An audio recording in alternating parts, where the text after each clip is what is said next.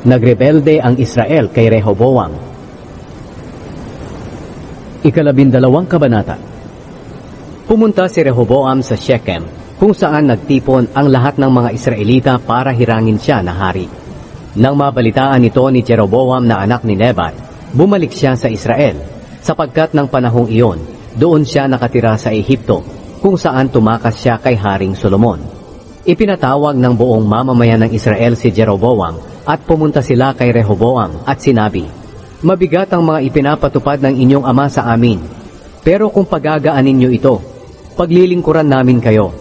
Sumagot si Rehoboam, "Bigyan niyo muna ako ng 3 araw para pag-isipan ito.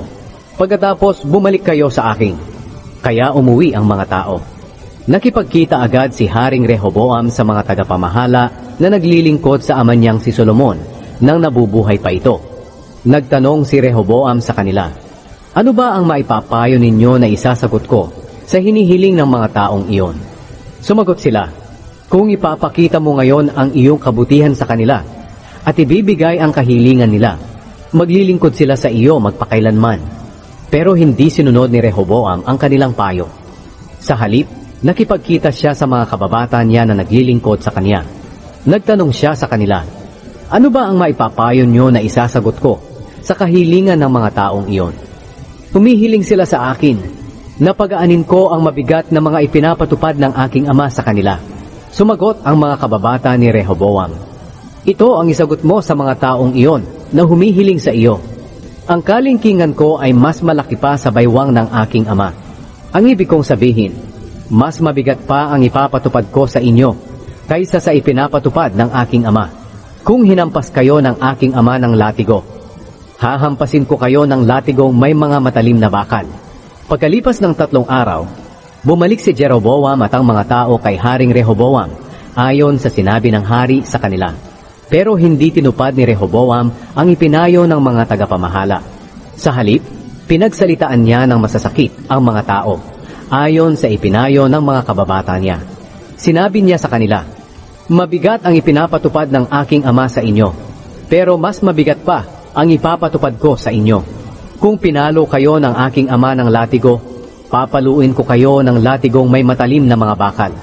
Hindi nga nakinig ang hari sa mga tao. Niloob ito ng Diyos para matupad ang kanyang sinabi kay Jeroboam na anak ni Nebat sa pamamagitan ni Ahiya na taga Shilo. Nang malaman ng lahat ng Israelita na hindi sila pinakinggan ng hari, sinabi nila sa hari, "Wala kaming pakialam sa iyo na mula sa lahi ni David. Bahala ka na sa iyong kaharian. Halika kayo mga Israelita, umuwi na tayo." At umuwi nga ang mga Israelita. Ang mga Israelita lang na nakatira sa mga bayan ng Huda ang napamahalaan ni Rehoboam. Ngayon, pinapunta ni Haring Rehoboam sa mga Israelita si Adoniram, ang tagapamahala ng mga tao na pinagtatrabaho ng sapilitan, para makipag-ayos sa kanila. Pero binato siya ng mga Israelita hanggang sa mamatay. Nagmamadaling sumakay si Rehoboam sa kanyang karwahe at tumakas papunta sa Jerusalem. Hanggang ngayon, nagre-rebelde ang mga Israelita sa mga angkan ni David. Nang mabalitaan ng lahat ng mga Israelita na nakauwi na si Jeroboam, ipinatawag nila siya sa isang pagtitipon. At ginawa nila siyang hari sa buong Israel. Ang lahi lang ni Huda ang nanatiling tapat sa paghahari ng mga angkan ni David. Binalaan ni Shemaya si Rehoboam. Pagdating ni Rehoboam sa Jerusalem, tinipon niya ang mahuhusay na sundalo ng mga lahi ni Huda at Benjamin.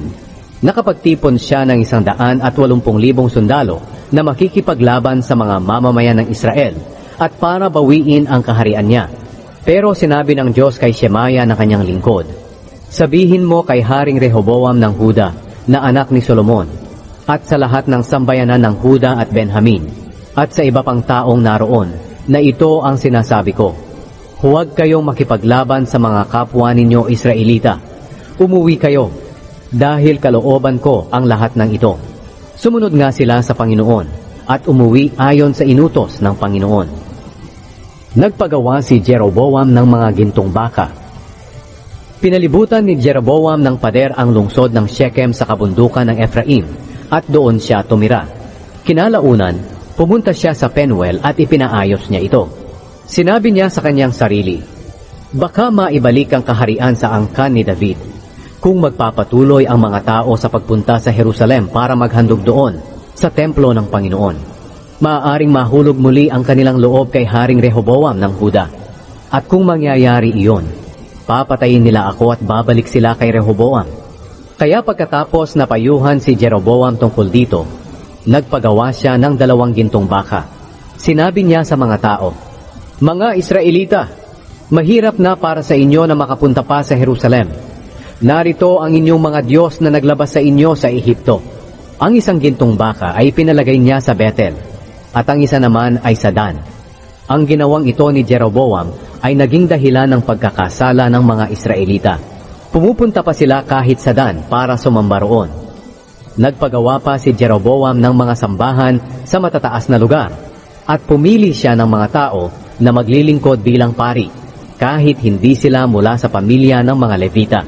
Nagpasimula rin siya ng pista na ipinagdiriwang tuwing 15 araw ng 8 buwan, tulad ng pista sa Huda. Nang araw na iyon, nag-alay siya sa Bethel ng mga handog sa altar para sa mga gintong baka na ipinagawa niya, at doon siya pumili ng mga pari na itinalaga niyang maglingkod sa mga sambahan sa matataas na lugar na ipinagawa niya. Sa araw na iyon na naghandog siya sa altar na kanyang ipinagawa sa Bethel, sinimulan niya ang pista para sa mga Israelita. Siya ang pumili ng petsang 15 araw ng 8 buwan para sa ganitong pista.